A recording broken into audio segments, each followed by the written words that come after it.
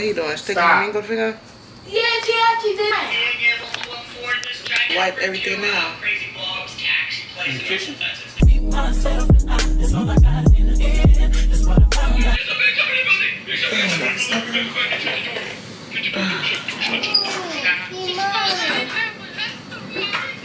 Goddesses and queens, welcome back to another video. Welcome back to another Sunday reset video. We're gonna start this video by having something to eat. I got this recipe off of TikTok. It's pretty much an air fried avocado toast.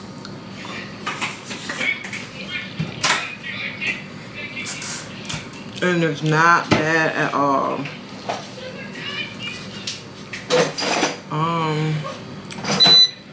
Not bad, but I'll check in with you guys in a minute. Hey y'all, so we're gonna get into this reset, this Sunday reset, and yeah, we're gonna get into it. So if you are new to the channel, I am your girl E. Check out the other videos. And don't forget to like, comment, and subscribe, okay? I just ate, so I got the itis, so I'm moving kind of slow. But we're going to get into this reset. See you guys in a minute. Disrespectful. Because yet again, you put all your stuff on top of my stuff and making my stuff look What good. you did?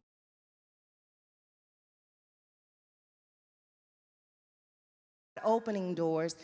It may change something in our life, but when God opens doors, it doesn't always change our entire life. But when God opens a portal, it is an entrance into another dimension.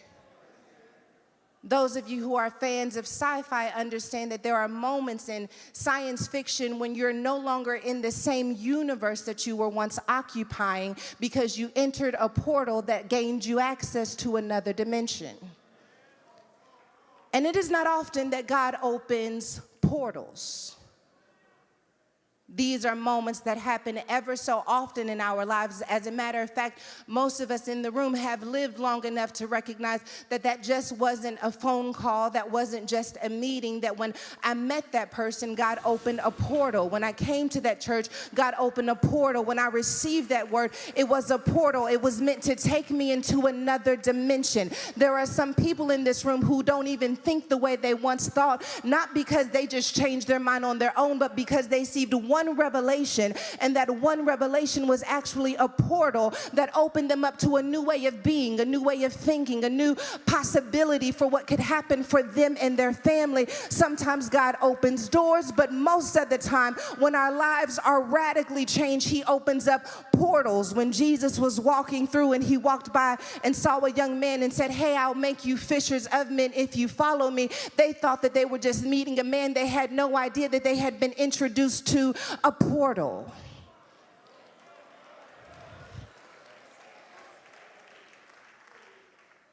And so when I began studying for this message, I was torn because I wanted to really dig into the reality that when God opens these portals for us, that we have to be sensitive enough to not miss the moment. We've got to be discerning enough to understand that this opportunity, this connection, this relationship is not just something I'm passing along the way. Who would we be if we treated every introduction like it had the possibility of being a portal? Because I think it's also worth mentioning that not every portal is connected to promotion. The portal is just the method that allows you access to another dimension. But where that dimension takes you doesn't necessarily mean that it's promotion. Sometimes there are portals that allow you access to things that are on assignment to destroy you.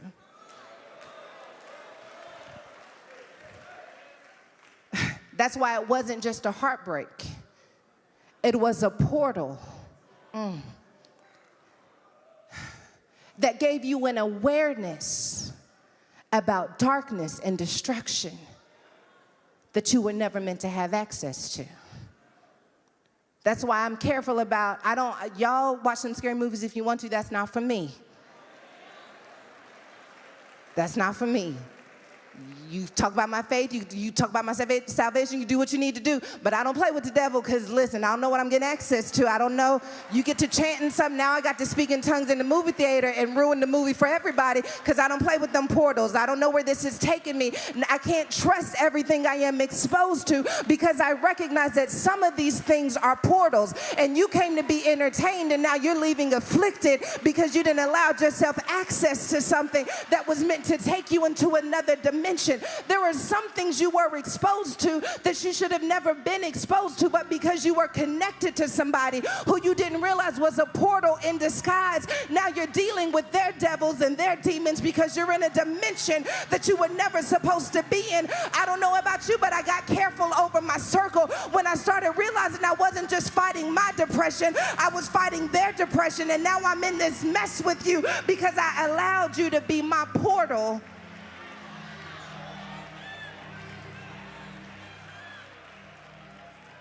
What do they get when they get you? Where are you taking them? Are you in a position where you can even allow someone access to the dimension of you and it make them better, or are you making them more ill? Do you recognize that connection is a portal, and can you stand by the dimension you're currently existing in? Because it's not just on them, it's on you too. And that's why you do yourself a service when you make sure that you are aware enough about what's happening in your spirit so that you're not preaching, teaching, pouring, parenting, loving, sexing with people, not realizing that you are really giving them access to a version of you that you don't even like, but misery loves company, and now we're sitting in this dimension of torment together because I didn't realize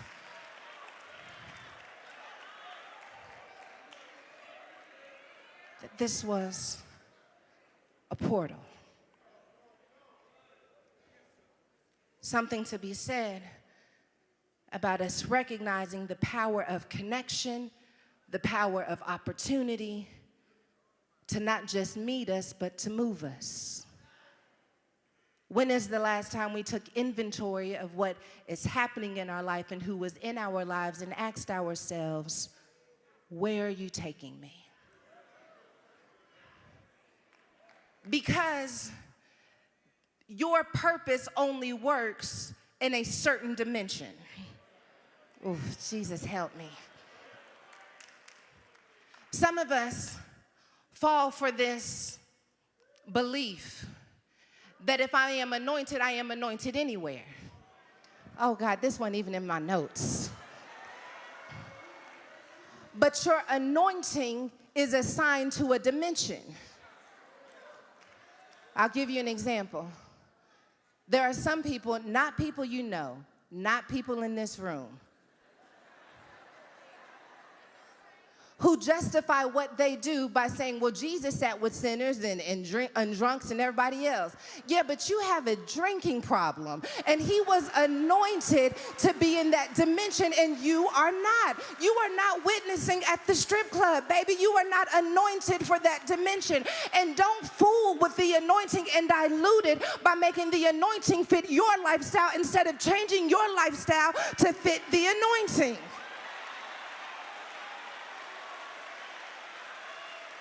You don't work everywhere. Jesus told the disciples that if you go into a house and release your anointing, if they don't receive it, go into the other house. Because your anointing, you can't force your anointing into spaces where you are not called. If there is not capacity for your anointing, then move